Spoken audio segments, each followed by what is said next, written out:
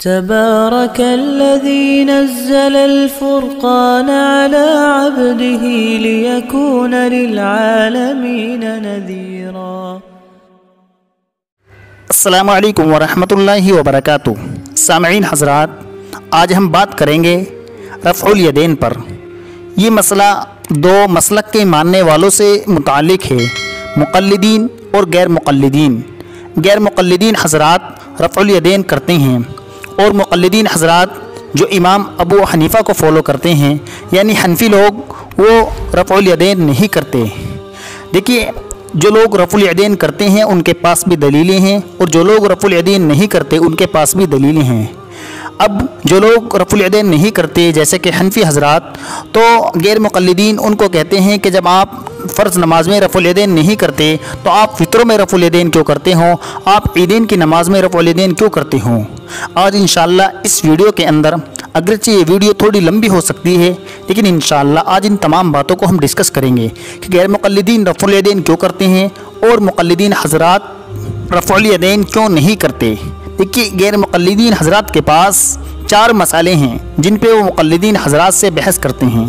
पहला मसला ये है कि नमाज जब हम शुरू करते हैं, तकबीर तहरीमा कहने के बाद हाथ कहाँ बांधे जाते हैं। गैर मुक़ल्लिदीन सीने पर बांधते हैं, मुक़ल्लिदीन हज़रात नाफ के नीचे बांधते हैं। और इमाम के पीछे जब इमाम क़िरात करता है तो आमीन आहिस्ता कहें या ज़ोर से, मुक़ल्लिदीन हज़रात आमीन आहिस्ता बोलते हैं। तीसरा मसला ये है कि इमाम के पीछे फ़ातिहा पढ़नी है या नहीं। गैर मुक़ल्लिदीन हज़रात इमाम के पीछे फ़ातिहा पढ़ते हैं और मुक़ल्लिदीन हज़रात इमाम के पीछे फ़ातिहा नहीं पढ़ते।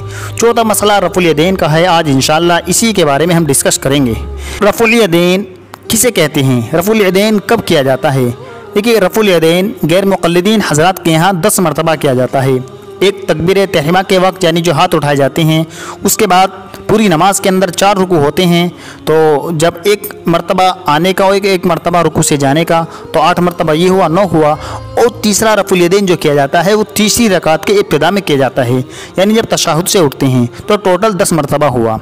देखिए, हम आपको पहले बताते चलें, इमाम अबू हनीफ़ा इस चीज़ का इनकार नहीं करते कि आप सल्लल्लाहु अलैहि वसल्लम ने रफ़उल यदैन नहीं किया, बल्कि इस बात को वो भी मानते हैं और वो ये बात कहते हैं कि आप सल्लल्लाहु अलैहि वसल्लम का रफ़उल यदैन के ताल्लुक़ से दोनों तरीके का अमल था। शुरू में आप सल्लल्लाहु अलैहि वसल्लम रफ़उल यदैन करते थे, लेकिन आप सल्लल्लाहु अलैहि वसल्लम का आखिरी अमल रफ़उल यदैन के ना करने का है, इसलिए वो उसी रिवायत को तरजीह देते हैं। देखिए, इस मसले को अच्छी तरीके से समझने से पहले हम आपको तमहीदी बात समझाना चाहते हैं। देखिए, 4 रकात वाली नमाज में अगर रफ़उल यदैन किया जाए तो टोटल 28 मरतबा रफ़उल यदैन बनता है। वो कैसे? वो इस तौर पर कि चारों रकात के शुरू में करेंगे तो 4 मरतबा हो जाएगा, और 4 रकात में 4 रुकू आएंगे, तो एक रुकू में जाने का और एक रुकू से उठने का, तो 4 रुकू का 8 रफ़उल यदैन बन जाएगा। 4 और 8 12, और 8 सजदे आएंगे, तो 8 सजदे में एक सजदे में जाने का, एक सजदे से उठने का, तो 16 रफ़उल यदैन ये बन जाएंगे। अब टोटल मिला करके ये कितने हुए? ये टोटल मिला करके ये 28 हो जाते हैं। 4 रफ़उल यदैन शुरू रकात में और 8 रुकू के और 16 सजदे के, कुल मिला करके 28 बन जाते हैं। अब देखिए, अहले सुन्नत वल जमात अहनाफ ये फरमाते हैं कि सिर्फ शुरू में रफ़उल यदैन किया जाएगा, बाकी पूरी नमाज में रफ़उल यदैन नहीं किया जाएगा।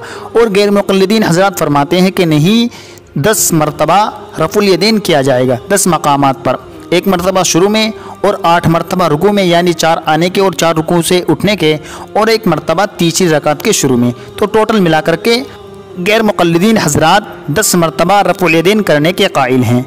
अब खुलासा ये हुआ कि हनफी लोग 1 मरतबा रफ़उल यदैन के कायल हैं और गैर मुक़ल्लिदीन हज़रात 10 मरतबा रफ़उल यदैन करने के कायल हैं, और गैर मुक़ल्लिदीन 18 के ना करने के कायल हैं। यानी हनफी हज़रात सिर्फ 1 मरतबा करेंगे 28 में से, और गैर मुक़ल्लिदीन 28 में से 10 मरतबा करेंगे, 18 के न करने के कायल हैं। देखिए, अब खुलासा आपको समझ में आ जाएगा। अब गैर मुक़ल्लिदीन हज़रात को चाहिए कि वो ऐसी दलील पेश करे जिस हदीस के अंदर 10 मरतबा करना साबित हो और 18 मरतबा न करना साबित हो, और मुक़ल्लिदीन हज़रात को चाहिए कि वो लोग ऐसी हदीस पेश करें जिसमें सिर्फ एक मरतबा करना साबित हो और 27 मरतबा न करना साबित हो। मुक़ल्लिदीन हज़रात कहते हैं कि हम गैर मुक़ल्लिदीन के 10 के तो कायल हैं कि आप सल्लल्लाहु अलैहि वसल्लम ने 10 मरतबा किया है, लेकिन इख्तिलाफ़ तो इस सूरत में है, इख्तिलाफ़ तो यहाँ है कि आप सल्लल्लाहु अलैहि वसल्लम शुरू में रफ़ुल यदैन करते थे, लेकिन आखिरी अमल आप सल्लल्लाहु अलैहि वसल्लम का तर्कुल यफ़ुल यदैन का था। देखिए, अब इनको चाहिए कि ऐसी दलील पेश करे, यानी गैर मुक़ल्लिदीन हज़रात कि जिस हदीस के अंदर आप सल्लल्लाहु अलैहि वसल्लम का दवाम साबित हो कि आप सल्लल्लाहु अलैहि वसल्लम ने हमेशा किया है। मुक़ल्लिदीन हज़रात फरमाते हैं कि रफ़ुल यदैन न करना ये सुन्नत है। अगर किसी ने रफ़ुल यदैन करके नमाज़ पढ़ ली तो उसकी नमाज़ तो अदा हो जाएगी, लेकिन खिलाफ़ सुन्नत नमाज अदा होगी। लेकिन गैर मुक़ल्लिदीन कहते हैं, बल्कि वो इसको ज़रूरी समझते हैं, ये कहते हैं कि ये करना ज़रूरी है। अगर किसी ने नमाज़ नहीं पढ़ी, अगर किसी ने रफ़ुल यदैन के बगैर नमाज़ पढ़ी, तो गोया कि ये इस बात पर आमादा करते हैं कि आप हमसे मुनाज़रा कर लीजिए, आ जाइए, आपकी नमाज़ नहीं हुई। या फिर खुलासे के तौर पर यहाँ तक बात कह देते हैं कि आप सल्लल्लाहु अलैहि वसल्लम की नमाज की तरह आपकी नमाज नहीं है जो आपने बगैर रफ़ुल यदैन के पढ़ी है। देखिए, गैर मुक़ल्लिदीन हज़रात कहते हैं कि हम कुरान और हदीस के अलावा किसी की बात को नहीं मानते, लिहाजा अब गैर मुक़ल्लिदीन हज़रात को चाहिए कि वो अपनी सेहत पर ऐसी हदीस पेश करें जिसकी सेहत कुरान और हदीस से साबित हो। देखिए, इन तमाम बातों को जो हमने आपके सामने अभी ज़िक्र की, इन बातों को आप सामने रखिए और खुद फैसला कीजिए कि अगर यही उसूल बना लिए जाएं जो हमने ऊपर जिक्र किए, तो फिर गैर मुक़ल्लिदीन के यहाँ कोई भी हदीस नहीं मिलती, खुद बुखारी के अंदर भी मौजूद नहीं मिलती। क्योंकि हम आपको देखिए बताते हैं आगे चल करके, बुखारी के अंदर 5 रिवायतें आई हैं, 4 हज़रत अब्दुल्ला बिन उमर से हैं और 1 मालिक बिन हुवैरस से हैं, जो रफ़ुल यदैन पर दलालत करती हैं, लेकिन ये भी इनकी दलील नहीं बन सकती। वजह क्या है? वजह यह है, देखिए इन हदीस में कहीं भी ये मज़कूर नहीं है कि जिसमें 10 मरतबा रफ़ुल यदैन का इस बात साबित और 18 की नफ़ी हो। रफ़ुल यदैन तो साबित है, उन हदीस में रफ़ुल यदैन करना तो साबित है, लेकिन ये साबित नहीं है जो हम आपको बता रहे हैं कि उसमें 10 मरतबा का इस बात हो और 18 मरतबा की नफ़ी हो। दूसरी वजह जिसकी वजह से ये हदीस इनकी दलील नहीं बन सकती, इस हदीस के अंदर हमेशा का जिक्र नहीं है, जैसा कि लोग कहते हैं कि आप सल्लल्लाहु अलैहि वसल्लम ने रफ़ुल यदैन पूरी ज़िंदगी किया है, हमेशा किया है। बल्कि बुखारी के अंदर खुद दूसरी जगह हदीस मौजूद है, वो हम आपके सामने आगे जिक्र करेंगे। तीसरी वजह इनका इसरार ये है कि जो लोग रफ़ुल यदैन के बगैर नमाज़ पढ़ते हैं उनकी नमाज नहीं होगी, वो भी हदीस में कहीं ऐसा हुक्म मज़कूर नहीं है। चौथी वजह, जिस तरह हज़रत अब्दुल्ला बिन उमर और मालिक बिन हुवैरस की हदीस को गैर मुक़ल्लिदीन हज़रात ये दलील बनाते हैं कि इन लोगों ने रफ़ुल यदैन किया है और इनसे साबित है, इनका अमल आप सल्लल्लाहु अलैहि वसल्लम के मुशाबे था। तो देखिए, इनसे तो दीगर मकामात पर भी रफ़ुल यदैन साबित हैं, मसलन सजदे वगैरह में, जो रिवायतें नसाई और मुस्नद अहमद के अंदर आई हैं, इसके आप कायल नहीं हैं, बल्कि आप सिर्फ रुकू में रफ़ुल यदैन करते हैं, आप सजदे में नहीं करते, हालांकि इनसे सजदे में भी रफ़ुल यदैन करना साबित है। पाँचवीं वजह देखिए, जिस तरह हज़रत अब्दुल्ला बिन उमर से रफ़ुल यदैन का सबूत मिलता है, इसी तरीके से हज़रत अब्दुल्ला बिन उमर से तर्क रफ़ुल यदैन का सबूत भी मिलता है। खुलासा ये हुआ कि ये हदीस खुद गैर मुक़ल्लिदीन हज़रात के यहाँ काबिल इस्तिदलाल नहीं है। अब हम मुक़ल्लिदीन हज़रात की दलील को पेश करेंगे।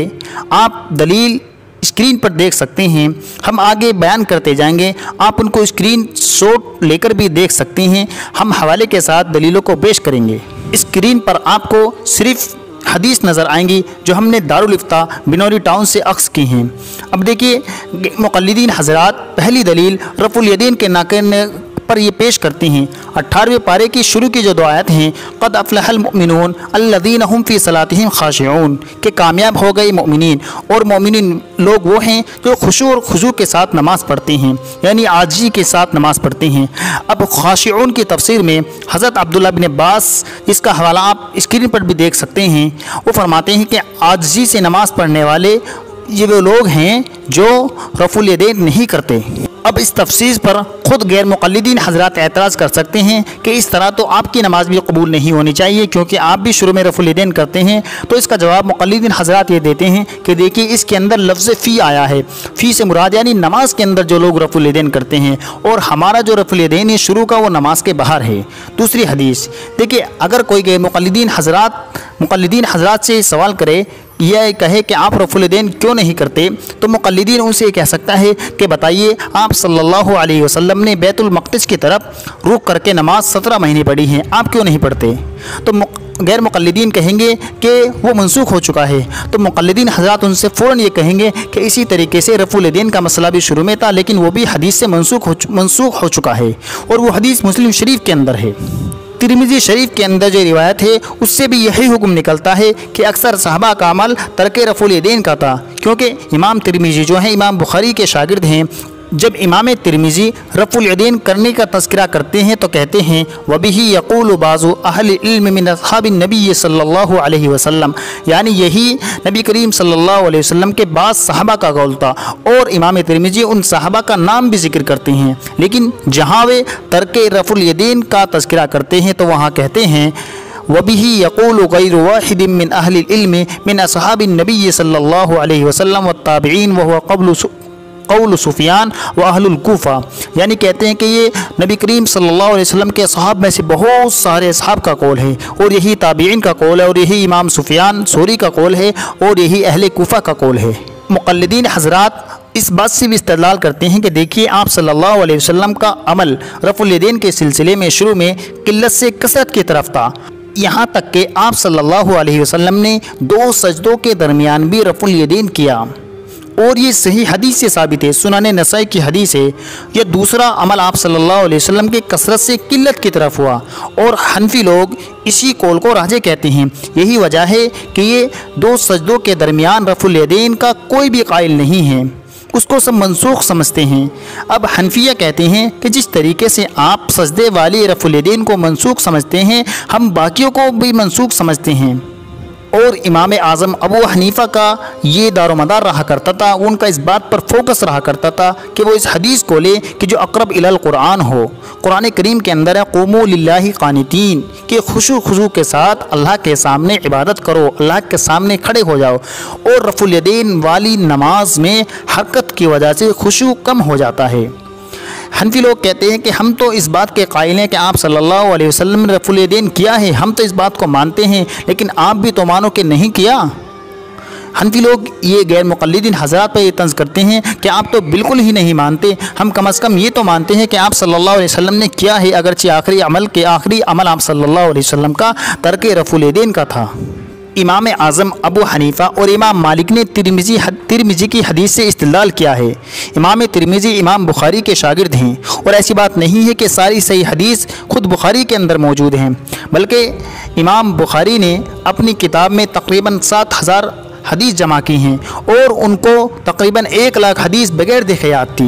इमाम बुखारी खुद कहते हैं कि मैंने बुखारी के अंदर तमाम सही हदीस को जमा किया है, लेकिन तमाम जितनी भी सही हदीस हैं वो बुखारी के अंदर मौजूद नहीं है। बुखारी के अलावा और भी दीगर किताबें हैं, उनमें भी सही हदीस मौजूद हैं। ऐसा नहीं है कि बुखारी के अंदर ही सही हदीस मौजूद है, बुखारी में सही हदीस तो हैं, लेकिन तमाम सही हदीस बुखारी के अंदर मौजूद हो ऐसा बिल्कुल नहीं है। और हनफिया लोग कहते हैं कि चौरा खलीफा का अमल भी यही था, तर्क रफ़ुल यदैन का था। आप सल्लल्लाहु अलैहि वसल्लम की गैर मौजूदगी में हज़रत अबू बकर सिद्दीक़ रज़ियल्लाहु ताला अन्हु ने 17 नमाज़ें में इमामत की है, और हज़रत अबू बकर सिद्दीक़ ने एक भी नमाज में रफ़ुल यदैन नहीं किया। हज़रत उमर का भी तर्ज़ अमल यही था, हज़रत उस्मान का भी यही था। हज़रत अली से दोनों कौल मिलते हैं, लेकिन हज़रत अली का भी तर्क रफ़ुल यदैन का रुझान था। हनफी हज़रात फरमाते हैं हज़रत अब्दुल्लाह बिन मसऊद ये अक्सर आप सल्लल्लाहु अलैहि वसल्लम के आखिरी उम्र के आमाल इख्तियार करते हैं, और इनकी रिवायत से साबित है कि आप सल्लल्लाहु अलैहि वसल्लम ने आखिरी उम्र में रफ़ुल यदैन को तर्क कर दिया था, और हज़रत अब्दुल्लाह बिन मसऊद के शागिर्द भी तर्क रफ़ुल यदैन करते थे। इमाम आज़म अबू हनीफ़ा ने फ़िक़ही मसाइल में हज़रत अब्दुल्लाह बिन मसऊद की रिवायतों को लिया है, लिहाजा हनफी हज़रात तर्क रफ़ुल यदैन के कायल हैं, लेकिन वो लोग रफ़ुल यदैन करने वालों को बुरा भला नहीं कहते और न करने वालों पर तंज करते हैं। देखिए दोनों तरफ हदीसें हैं, करने वालों के पास भी हदीसें हैं और ना करने वालों के पास भी हदीसें हैं। जिसको जो कौल अच्छा लगे, जो जिसको राजे समझे वो उस पर अमल कर ले, लेकिन रफ़ुल यदैन जैसे मसले के अंदर झगड़ना, एक दूसरे को बुरा भला कहना और एक दूसरे को ज़दगोब करना, ये एक अच्छी बात नहीं है। इससे आपसी ताकतें कमज़ोर होती हैं, नफ़रतें पैदा होती हैं, हमारी आने वाली नस्ल के अंदर नफ़रतें पैदा होती हैं, जो गैर मुनासिब बात है। रफ़ुल यदैन का मसला फ़ुरूई इख्तिलाफ़ है, ये कोई उसूली इख्तिलाफ़ नहीं है, यानी उसूल के अंदर इख्तिलाफ़ नहीं है, यानी कुफ्र और इस्लाम की जंग नहीं है, बल्कि मुस्तहब गैर मुस्तहब, सुन्नत गैर सुन्नत का मसला है। इसमें आसानी और नरमी बरतनी चाहिए। देखिए रफ़ुल यदैन के मसले में जिन हजरात ने बुखारी और मुस्लिम की हदीस को देखा तो उन्होंने बुखारी और मुस्लिम की हदीस को ले लिया, और बाज़ ने बुखारी मुस्लिम से पहले जो फ़ुक़हा का ज़माना था, फ़ुक़हा ने मुज्तहिदीन ने नबी के आखिरी से आखिरी अमल को देखा, यानी सुना सहाबा की ज़बानी और उसी को देखा, और अक्सर सहाबा के अमल को देखा और अक़रब इलल कुरान होने को देखा, तो उन्होंने उसी मसले को ले लिया। अगर इन चीज़ों से देखेंगे तो मसला बहुत आसानी के साथ हल हो जाएगा। लेकिन आजकल जो हजरात एक दूसरे पर तानाज़नी करते हैं, वो लोग इन चक्करों में पड़कर फ़िरका वारियत को हवा देते हैं, फ़िरका वारियत को बढ़ावा देते हैं। इन तमाम चीज़ों से बचना चाहिए। देखिए, हम जिनके लिए झगड़ते हैं, जिनके बारे में हम झगड़ते हैं, उनका तो एक दूसरे के साथ कितनी नरमी का बर्ताव होता, कितना एहतराम का बर्ताव होता। देखिए, हमने पहले आपको बताया हनफी है लोग जो इमाम अबू हनीफा को फॉलो करते हैं वो रफ़ुल यदैन नहीं करते, लेकिन शाफ़ी हज़रात रफ़ुल यदैन करते हैं। जब इमाम आज़म अबू हनीफ़ा का विसाल हो गया, उसके बाद उनके मज़ार पर हज़रत इमाम शाफ़ी रहमतुल्लाह अलैह तशरीफ़ लाए, तो उन्होंने वहाँ करके बग़ैर रफ़ुल यदैन के नमाज़ अदा की। हालांकि वो रफ़ुल यदैन करते थे, तो बाद में शागिर्दों ने मालूम किया कि आपने बग़ैर रफ़ुल यदैन के नमाज़ क्यों पढ़ी, तो उन्होंने कहा कि मुझे शर्म आती है कि मैं इमाम आज़म अबू हनीफ़ा के यहाँ अपने मसलक को चलाऊँ। देखिए, वो लोग एक दूसरे की राय का कितना एहतराम करते थे। अरे भाई, राय है, जिसको जो अच्छी लगे वो उस पर अमल करे, लेकिन राय करने वाले को या न करने वाले को बुरा भला कहना ये बहुत गैर मुनासिब बात है। ये कोई अपनी तरफ से नहीं कर रहे हैं, बल्कि दोनों सहाबा के अमल है। करने वाला भी सहाबा का अमल है और ना करने वाला भी सहाबा का अमल है। देखिए, सहाबा किराम गलत चीज़ों की तारीफ नहीं दे सकते, इस चीज़ को आप समझ लीजिए। देखिए, अब बहुत से गैर मुक़ल्लिदीन हज़रात जो मुक़ल्लिदीन हज़रात पर एतराज़ करते हैं कि जब आप रफ़ुल यदैन नहीं करते हैं तो आप ईद में क्यों रफ़ुल यदैन करते हैं, आप फ़ितर की नमाज में क्यों रफ़ुल यदैन करते हैं, तो मुक़ल्लिदीन हज़रात की तरफ से इसका जवाब ये दिया जाता है। मैं जवाब देना मुनासिब समझता हूँ ताकि किसी के जहन में कोई इश्काल न रहे। मुक़ल्लिदीन हज़रात जवाब ये देते हैं, देखिए, कुरान का फरमान है, कुरान की मंशा है, कुरान की रूह है। कुरान कहता है अक़ीमिस सलात लिज़िक्री, नमाज कायम करो अल्लाह के ज़िक्र के साथ, यानी नमाज कायम करो अल्लाह के ज़िक्र के साथ। मालूम हुआ कि नमाज अल्लाह के ज़िक्र का नाम है, जहाँ अल्लाह का ज़िक्र होगा वो नमाज होगी। अब नमाज में दो चीज़ें होती हैं, एक तो अक़वाल होते हैं, यानी जो इंसान ज़बान से अदा करता है, तस्बीह पढ़ता है, अल्लाह की तारीफ़ करता है, तशहुद वगैरह पढ़ता है, और एक होते हैं अफ़आल, यानी इंसान खड़ा होता है, कभी रुकू में जाता है, कभी सजदे में जाता है, कभी बैठता है, कभी ज़मीन पर अपनी पेशानी टिकाता है। अब हनफी लोग कहते हैं कि देखिए, वो अफ़आल जो ज़िक्र के साथ मिले हुए हों, यानी जैसे अगर कोई इंसान खड़ा है और खड़ा होने की हालत में अल्लाह का नाम ले रहा है, ये हाथ उठा रहा है और हाथ उठाने की सूरत में अल्लाह का नाम ले रहा है, तो वो अफ़आल जो ज़िक्र के साथ मिले हुए हों, अल्लाह के ज़िक्र के साथ, अल्लाह के नाम के साथ मिले हुए हों, वो ज़िक्र के हुक्म में हैं। लिहाजा हमारा रफ़ुल यदैन करना, यानी वितर की नमाज में जब अल्लाहु अकबर कहते हैं तो अल्लाह का नाम लेते हैं, वो ज़िक्र में शामिल है। और ईदैन की नमाज में जो रफ़ुल यदैन करते हैं वो भी ज़िक्र में शामिल है, क्योंकि उसमें भी अल्लाहु अकबर कह करके रफ़ुल यदैन करते हैं। लिहाजा हमारे रफ़ुल यदैन में और आपके रफ़ुल यदैन में फ़र्क है। हनफियों का जो वो रफ़ुल यदैन है वो ज़िक्र के साथ ख़ास है, और गैर मुक़ल्लिदीन हज़रात जो रफ़ुल यदैन करते हैं उसमें वो अल्लाहु अकबर नहीं कहते, बल्कि ऐसे हाथ उठा लेते हैं। उम्मीद है कि मसला आपको समझ में आ गया होगा। और दूसरा एतराज़ जो मुक़ल्लिदीन हज़रात पर होता है वो कहते हैं कि देखिए, मक्का वाले भी तो रफ़ुल यदैन करते हैं और गैर मुक़ल्लिद भी करते हैं, आप क्यों नहीं करते? तो इसका जवाब मुक़ल्लिदीन हज़रात की तरफ से दिया जाता है कि देखिए, किसी भी मसले में जब दो हदीसें हों और उसका फ़ैसला आप सल्लल्लाहु अलैहि वसल्लम फरमा दे तो वो मसला हदीस का होता है और फ़ैसला आप सल्लल्लाहु अलैहि वसल्लम का कहलाता है। जैसे अल्लाह के नबी के ज़माने में आप सल्लल्लाहु अलैहि वसल्लम ने पहले कुत्ते पालने से मना फरमाया था, लेकिन आप सल्लल्लाहु अलैहि वसल्लम ने बाद में इजाज़त दे दी। इसी तरीके से कब्रिस्तान में आप सल्लल्लाहु अलैहि वसल्लम ने पहले जाने से मना फरमाया था, फिर बाद में कब्रों की ज़ियारत की इजाज़त दे दी। देखिए, इस मसले में दो हदीसें हैं और दोनों का फ़ैसला आप सल्लल्लाहु अलैहि वसल्लम ने फरमा दिया, तो अब इसके अंदर कोई इख्तिलाफ़ नहीं है। और अगर किसी मसले के अंदर दो हदीसें हों और फ़ैसला आप सल्लल्लाहु अलैहि वसल्लम ना फरमाएँ तो याद रखिए वो मसला फ़िक़्ह का होता है और उसमें फ़ैसला मुज्तहिद का होता है। अब देखिए, जैसे आमीन का मसला है, आमीन आप सल्लल्लाहु अलैहि वसल्लम के टाइम से ही ये इख्तिलाफ़ी मसला है, सहाबा में भी इख्तिलाफ़ी मसला था, आमीन सिरन कहे या जहरन कहे या दोनों किस तरीके से कहे। देखिए, इसमें इस सिलसिले में आप सल्लल्लाहु अलैहि वसल्लम से कोई सराहतन फ़ैसला मज़कूर नहीं है। इसी तरीके से रफ़ुल यदैन का मसला है, तो अब देखिए इसमें आप सल्लल्लाहु अलैहि वसल्लम से कोई फ़ैसला साबित नहीं है, तो ये मसला फ़िक़्ह का हो गया, तो इसमें फ़ैसला जो है मुज्तहिद का है। अब मक्का वाले जो रफ़ुल यदैन करते हैं वो इमाम अहमद इब्न हम्बल के कौल पर एतमाद करते हुए करते हैं, और लेकिन गैर मुक़ल्लिदीन हज़रात जो रफ़ुल यदैन करते हैं वो ये मान करके करते हैं कि आप सल्लल्लाहु अलैहि वसल्लम से फ़ैसला साबित है। तो मक्का वालों के रफ़ुल यदैन में और इनके रफ़ुल यदैन में फ़र्क है।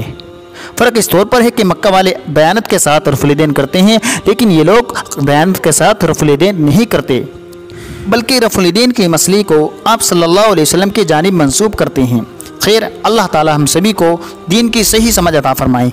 अल्लाहुम्मा अल्हिमनी रुश्दी व अइज़नी मिन शर्रि नफ्सी, आमीन या रब्बल आलमीन। अगर आपका इस सिलसिले से कोई सवाल है तो आप कमेंट बॉक्स में इरसाल कर सकते हैं, इंशाअल्लाह आपका जवाब दिया जाएगा। मज़ीद ऐसी इस्लामिक वीडियो के लिए हमारे इस्लामिक मालूमात चैनल को सब्सक्राइब ज़रूर करें। शुक्रिया। अस्सलामु अलैकुम व रहमतुल्लाहि व बरकातहू।